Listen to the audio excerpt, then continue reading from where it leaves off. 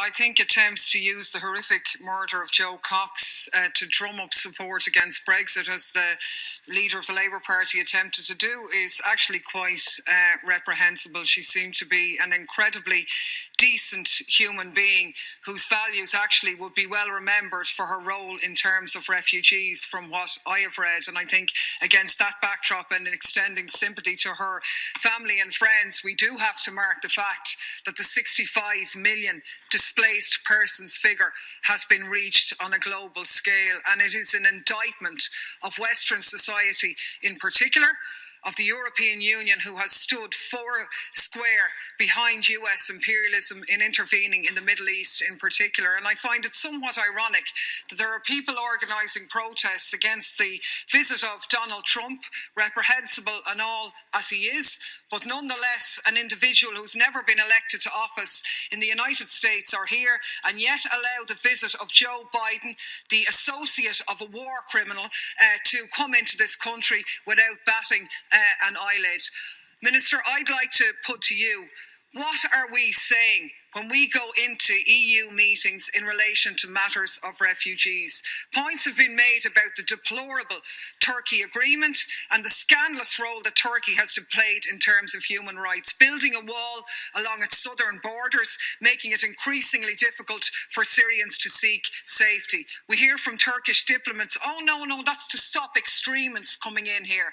Doesn't really tally with the brutal assassination and shooting dead of 8 Syrians on the Turkish border, 3 children, 4 women and 1 man last weekend. We know that when Syrians enter Turkey, their reality there is incredibly bleak. On the one hand, they tell us, Asha, look, they can get a permit now, they can go out and work. But everybody knows that the reality of that is not so, that Syrians, many of them highly qualified, are working for a pittance on the black market, including children. 2.6 million registered Syrian refugees living in Turkey, more than half of them children. According to UNICEF, more than 80% of those children are not in education, some of them in sweatshops, farms for slave wages, and so on. This is the type of Europe, fortress Europe, that is being built. And the EU-Turkey deal is absolutely draconian. It's incredibly regressive. The Council of Europe even went as far as to say that it at best strains and at worst exceeds the limits of what is permissible under European and international law. It's a further regressive move. On Friday, we saw the Greek government actually sidelining members of an independent authority that had blocked the deportation of Syrian refugees. The Appeals Committee had argued that Turkey doesn't uphold refugee law and therefore is not a safe country to return refugees to. And I agree with that statement. The EU-Turkey deal and the connected asylum proposals are part of really a despicable and systemic attempt to push people and their suffering back off Europe's doorstep. Only 2 weeks ago, you would have seen The Guardian publish the official EU documents outlining what is in reality a new migration strategy to stop refugees reaching southern Europe from Africa. European leaders are actually proposing to partner with Sudan, whose president is wanted for war crimes, and Eritrea, whose government is accused of crimes against humanity by the UN. Is this the type of Europe that you want us to be associated with?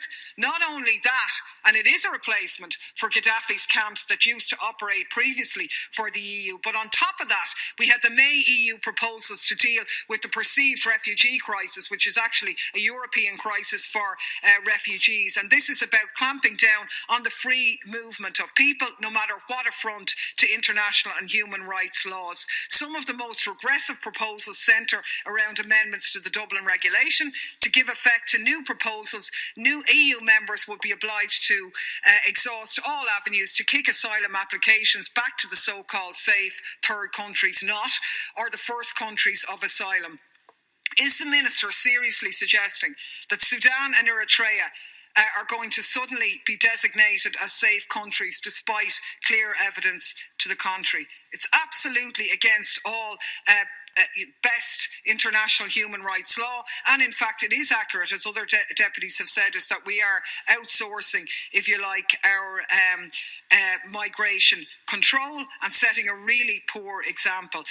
This is causing untoward misery to refugees, and it doesn't stop refugees. As Deputy O'Sullivan said, the only way to stop refugees is to stop interfering in their country, to end war, and militarism is the first thing that you can do, because nobody wants to move and leave their homes. And all that Europe is doing is enriching smugglers. You only need to read the report that was published at the weekend in The Guardian about the trafficking of young children in Calais and Dunkirk. Appalling violations. And I want to know, Minister, what are you doing in terms of furthering the application here, where Ireland could use a process of humanitarian visas? It's a system that's there already. It's a system that could be put in place for unaccompanied minors, many of them children almost on our shores in Calais and Dunkirk, who've been through extreme trauma and who are entitled to a safe passage and safe haven. Why aren't we leading the charge in that regard? I mean, Professor Catherine Costello hit the nail on the head when she said, by ignoring the predictable need for refuge, Europe creates a humanitarian crisis at its external borders, and a political one, as arrivals continue to be chaotic and unmanaged. The alternative is to make humanitarian visas accessible, provide people with asylum, and so on. I want to know, Minister, are you going out and sending your people to invite people to seek safe haven in this country? Because that is a policy, actually, which Irish citizens would agree with. Thank you, Deputy.